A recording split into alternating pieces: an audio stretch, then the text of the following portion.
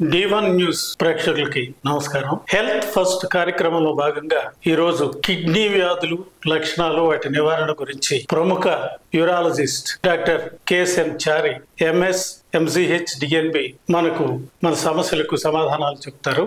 చారి గారు బాగా సీనియర్ వైద్యులు, గుంటూరు జనరల్ హాస్పిటల్లో కూడా సుదీర్ఘకాలం పాటు పనిచేశారు. యూరాలజీ గుంటూరు పరిసర ప్రాంతాల్లో యూరాలజీకి సంబంధించిన వైద్యుల్లో ప్రముఖులు. ఆయన ఇప్పుడు మన ప్రశ్నలకు సమాధానాలు ఇస్తారు. సార్, డాక్టర్ చారి గారు నమస్కారం అండి. నమస్కారం అండి, కుమార్ గారు. చారి గారు, యూరాలజీ విభాగంలో ఉండే వివిధ వ్యాధుల గురించి వివరించండి సార్. యూరాలజీ అంటే జెనిటోయూరినరీ సర్జరీ అని కూడా అని పిలుస్తారు. యూరాలజీ విభాగంలో ఉండేటువంటి జబ్బులు ఆడవాళ్లలో, మగవాళ్లలో, పిల్లల్లో, వృద్ధాప్యంలో వచ్చేటువంటి అనేక రకాలైనటువంటి జబ్బులన్నీ కూడా అనేక బ్రాంచుల్లో వస్తాయి. పుట్టుకతో వచ్చినవి, ఇన్ఫెక్షన్స్ తో ఉన్నవి, స్టోన్స్, మూత్రపిండాల్లో అవరోధం కలిగినటువంటి జబ్బులు, తర్వాత ఓవర్ యాక్టివ్ బ్లాడర్ అని, కిడ్నీ క్యాన్సర్స్, మూత్రపిండాల వ్యాధిలో ఉండేటువంటి క్యాన్సర్లు మొదలైనటువంటి అనేక రకాలైనటువంటి జబ్బులు ఉన్నాయి. వాటి గురించి క్లుప్తంగా తెలుసుకుందాం. డాక్టర్ గారు, కిడ్నీకి సంబంధించిన వ్యాధులు ఎలా సంక్రమిస్తాయో వివరించండి.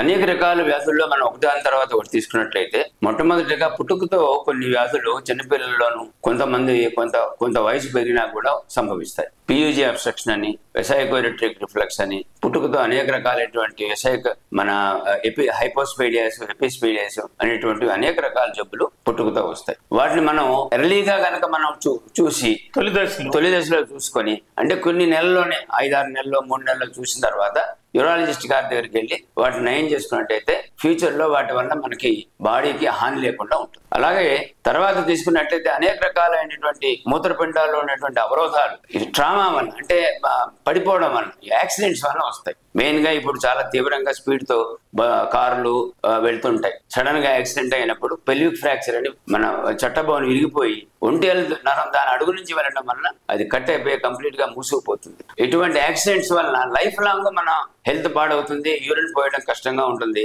అనేక రకాలైన క్లిష్టమైన ఆపరేషన్ చేసినప్పటికీ కూడా కొంతమందిలో ఈ అవరోధం తొలగించలేకపోతాం. అలాగే కొన్ని క్యాన్సర్, ఈ క్యాన్సర్లు అనేవి మనం తినేటువంటి ఆహారంలో, తర్వాత వాడేటువంటి ఫర్టిలైజర్స్ లో అనేక క్రిమి కీట సమారు వాటిల్లో కూడాను అనేక పదార్థాలు ఉంటాయి. వాటి వల్ల శరీరంలో ఈ మన భోజనంతోనూ, లేకపోతే ఈ వంటకాలతో, పళ్ళతో, తర్వాత వెజిటబుల్స్ తో మన శరీరంలోకి పోయి చివరికి కిడ్నీలోను, బ్లాడర్లోను, మూత్రంలో విసర్జించబడతాయి. మన అనేక పదార్థాలు ఏవైతే తిన్నామో, క్రిమి సంహారక అవి ఎరువులు, రసాయనిక ఎరువులు, ఇప్పుడు మనం రసాయనిక ఎరువులు ఎక్కువగా వాడడం వల్ల అవి మూత్రంలో వచ్చి కాన్సన్ట్రేట్ అయ్యి కిడ్నీలోను, బ్లాడర్లోను క్యాన్సర్స్ అయ్యే అవకాశాలు ఉన్నాయి. అట్లాగే మనం హెవీ మెటల్స్, కొన్ని కంటామినెంట్స్ ఉంటాయి మన తినే భోజనాల్లో. కొన్ని ఇవి వాడతారు, పదార్థాలు పాడవకుండా కొన్ని ప్రిజర్వేటివ్స్ వాడతారు.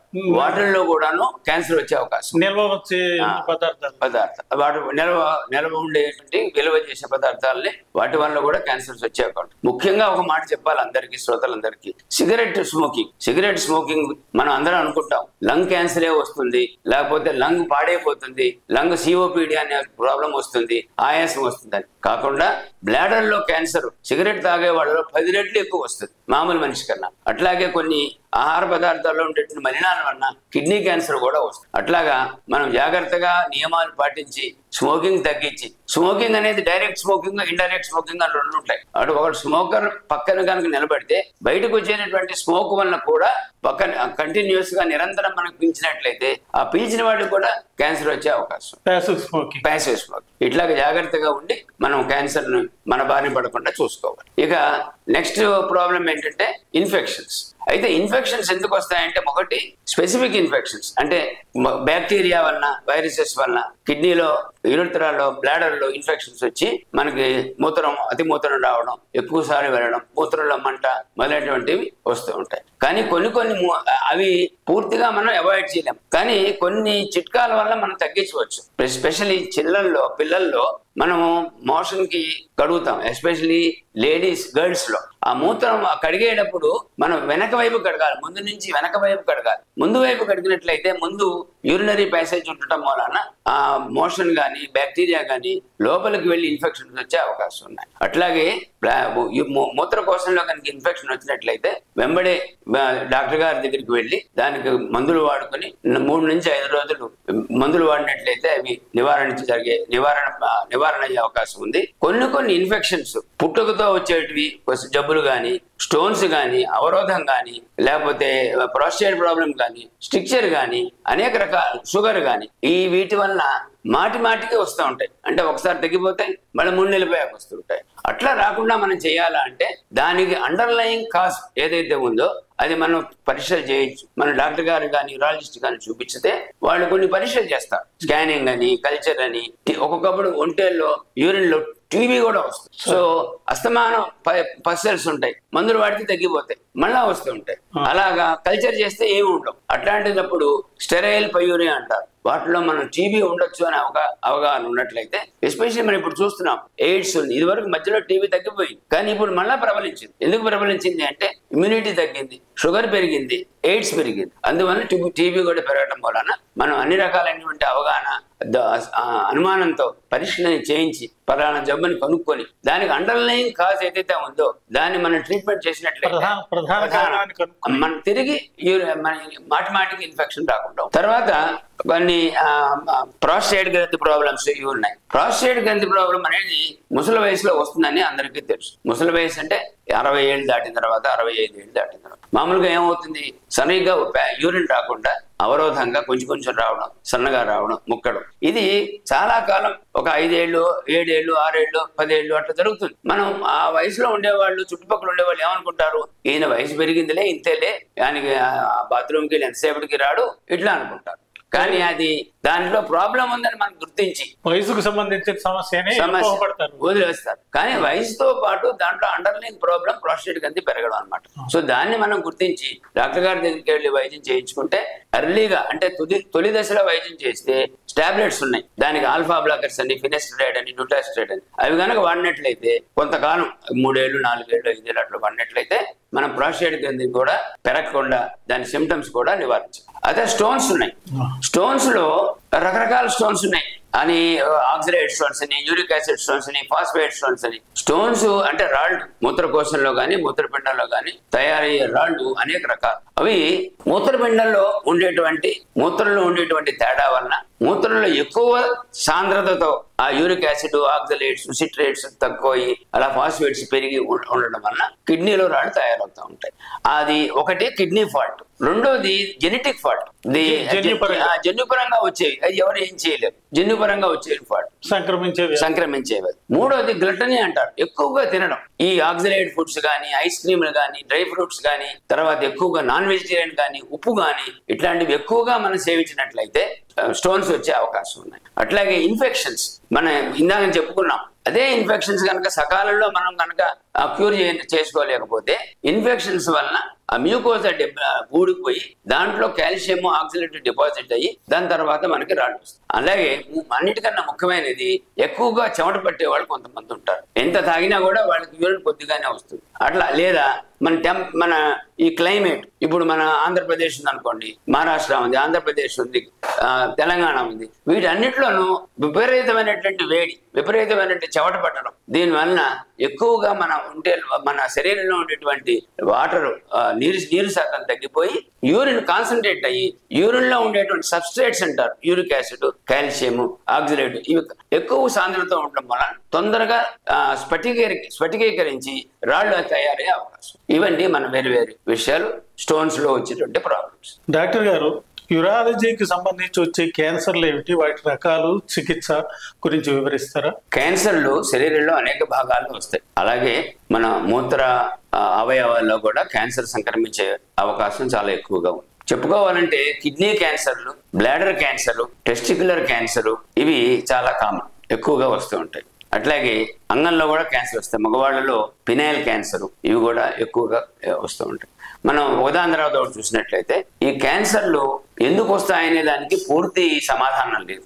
ఫస్ట్ ముఖ్యంగా జన్యుపరంగా వచ్చే క్యాన్సర్లు కిడ్నీ క్యాన్సర్ లో చాలా ఎక్కువ ఉన్నాయి, అట్లాగే బ్లాడర్ క్యాన్సర్ లో కూడా ఉన్నాయి, టెస్టిక్యులర్ క్యాన్సర్ లో కూడా ఉన్నాయి. రెండో విషయం, మనం తినేటువంటి ఆహార నియమాల్లో తేడా ఉంది. సేంద్రియ ఎరువులు కాకుండా మామూలుగా కెమికల్స్ ఎరువులు వాడి మన ఆహార పదార్థాలు పెంచడం వలన, కాయగూరలు పళ్ళు పెంచడం వలన వాటిల్లో ఈ హానికరమైనటువంటి పదార్థాలు చేరి అవి మనం సరిగ్గా కడుపుకుండా ఉడకబెట్టకుండా తిన్నట్లయితే అవి శరీరంలోకి వెళ్ళి క్యాన్సర్ అయ్యే అవకాశం ఉంది. మూడోది ఆల్కహాల్ అండ్ స్మోకింగ్ అన్నిటికన్నా ప్రమాదకరం. ఇందాక చెప్పుకున్నాం, ఎక్కువగా స్మోక్ చేసే వాళ్లకు కొన్ని కిడ్నీ క్యాన్సర్లు, ఎక్కువగా bladder cancer, transition cell carcinoma of the bladder అంటారు, అవి ఎక్కువగా వచ్చే అవకాశం. పినైల్ క్యాన్సర్స్ కనుక చూసినట్లయితే మనం చాలా ఇంపార్టెంట్ విషయం ఏంటంటే, చిన్నప్పుడు కొంతమందికి చర్మం వెనక్కి రాదు. అది చిన్నపిల్లల్లో రాదు అని మనం వదిలేస్తాం. యూజువల్ గా ఒక 1 to 2 years లోపల అది వెనక్కి వెళ్ళిపోతుంది. ఒకవేళ వెళ్లకుండా అట్లానే టైట్ గా ఉన్నట్లయితే మూత్రం పోసేదానికి అవరోధం కాకుండా దాని అడుగున స్మెగ్మా ఇన్ఫెక్షన్ చేరి క్రానిక్ ఇన్ఫెక్షన్ వలన చాలా కాలం అట్లా ఉండిపోవడం వలన క్యాన్సర్ అయ్యే అవకాశం. అందువలన పెనైల్ క్యాన్సర్ అది ఏకంగా అది 10-15 ఏళ్ళు అంటే 20 ఏళ్ళు ఉన్నట్లయితే 25-30 ఏళ్ళ కల్లా అది క్యాన్సర్ అయ్యే అవకాశం. అందుకని ఇట్లాంటివి మనం చూసినట్లయితే త్వరగానే, ఎంత త్వరగా అయితే అంత మంచిది. 1 yearకే దాన్ని సర్కంసిషన్ అంటారు, మన ముస్లిం సర్కంసిషన్ అంటారు. అట్లాంటిదే మన హిందువుల్లో కూడా అది కనుక మూసుకుపోయినట్లయితే ఆ చర్మాన్ని తీసివేయడం చాలా ముఖ్యము.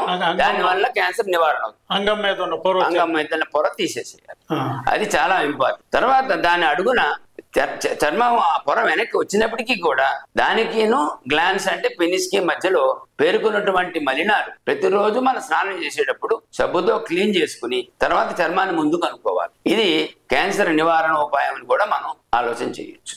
అయితే దీంట్లో ఒకటి ఉంది, ఈ జ్యూస్ లో పుట్టంగానే సర్కంసిషన్ చేస్తారు విదిన్ అవర్స్ యూదుల్లో. తర్వాత ముస్లిమ్స్ లో కొంచెం తేడా చేస్తారు, కొంచెం లేట్ గా చేస్తారు.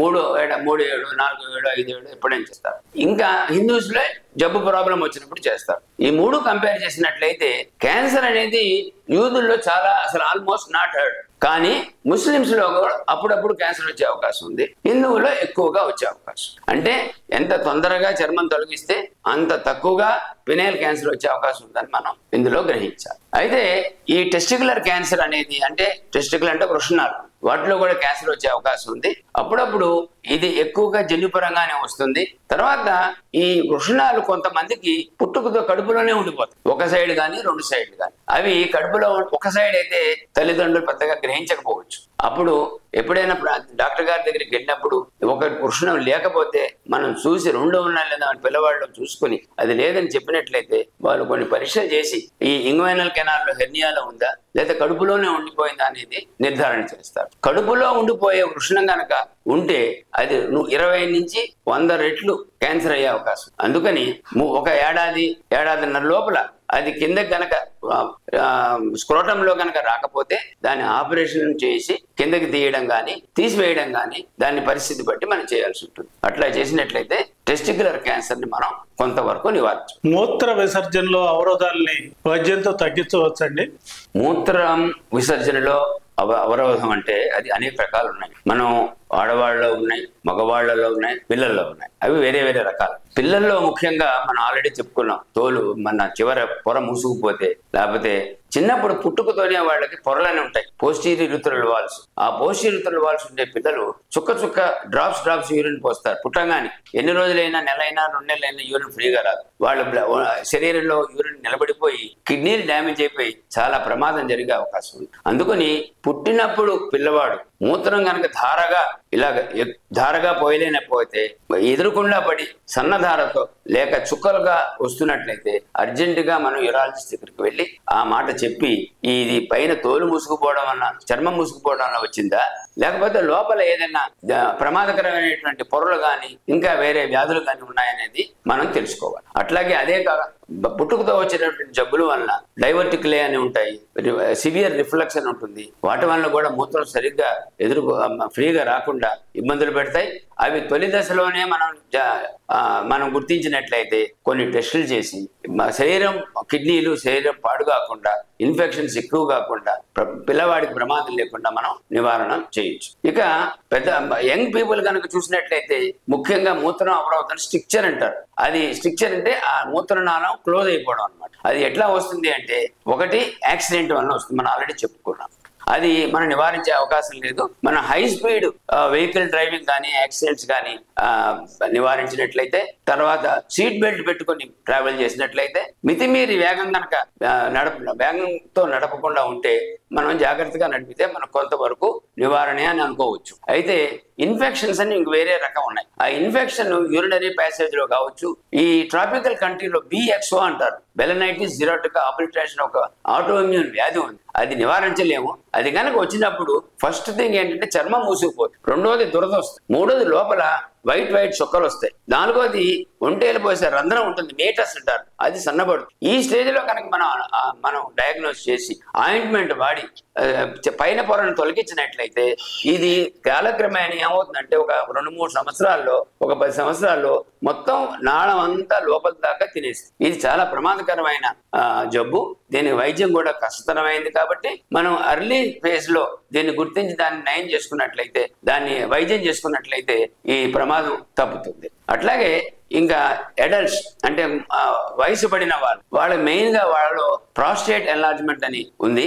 దాని గురించి కొన్ని మాటలు మనం ఆల్రెడీ చెప్పుకున్నాం. ప్రాస్టేట్ గ్రంథి పెరిగిన వాళ్ళు డాక్టర్ గారి దగ్గరికి వెళ్ళి ముఖ్యంగా వాటి సూచనలు ఏంటంటే కష్టంగా రావడం, సన్నగా రావడం, రాత్రిపూట ఎక్కువ సార్లు లేవడం, చుక్కలు పడడం, కాళ్ళ మీద పడడం, అర్జెంట్ గా రావడం, అర్జెంట్ గా వచ్చి బాత్రూమ్ లోకి వెళ్లే లోపల పడిపోవడం, ముక్కడం, ఇవన్నీ సిమ్టమ్స్ కనుక ఉన్నట్లయితే, అన్నీ ఉండొచ్చు, కొన్నేనా ఉండొచ్చు. అవి ఒంటేలు యూరిన్ పోసే నాళానికి అవరోధం అని తెలుస్తుంది.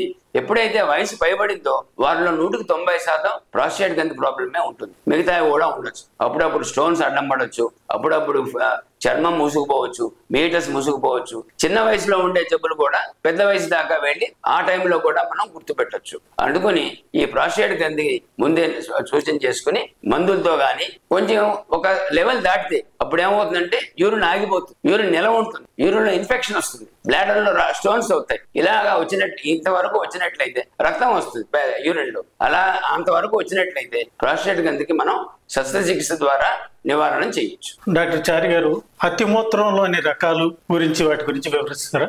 అలాగేనండి. అతిమూత్రం అనేక రకాలు ఉన్నాయి. ముఖ్యంగా ఎక్కువ సార్లు యూరిన్ వెళ్ళడం ఒకటి, ఎక్కువ సార్లు మంట, కొంచెం యూరిన్ వెళ్ళడం ఒకటి, యూరిన్ ఎక్కువగా రాకుండా ఎక్కువ సార్లు వెళ్ళడం ఒకటి, అర్జెంటుగా ఫ్రీక్వెంట్ గా రావడం ఇంకొకటి. ఈ అనేక రకాలు ఉన్నాయి. అందువలన అతిమూత్రం కనుక వస్తే మనం డాక్టర్ గారి దగ్గరికి వెళ్ళి కొన్ని పరీక్షల ద్వారా ఈ 4-5 రకాలను మనం తేడా బట్టి, రిపోర్టులు బట్టి, హిస్టరీ బట్టి మనం గ్రహించి ఒక్కొక్క దానికి వేరే వైద్యం ఉందన్నమాట. ఫర్ ఎగ్జాంపుల్, ఒక యూరిన్ లో ఇన్ఫెక్షన్ వస్తే 10 సార్లు 15 సార్లు కొంచెం యూరిన్ వస్తుంది. అది అతిమూత్రం అన్నా కూడా స్మాల్ క్వాంటిటీ వస్తుంది, మంట చురుకుపోటు ఉంటుంది. అది ఇన్ఫెక్షన్ గా మనం గ్రహించి దానికి కల్చరు పరీక్షలు చేసి దానికి వైద్యం చేస్తే తగ్గిపోతుంది.